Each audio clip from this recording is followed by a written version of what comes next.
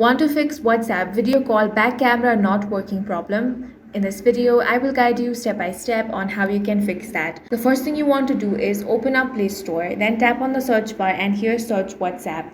Now, if you find the update option, go ahead and tap on that and update the app to the latest version. Next thing you want to do is open up your settings. Now scroll down and tap Apps. A list of all the applications on your device will be shown over here. Go ahead and search for WhatsApp.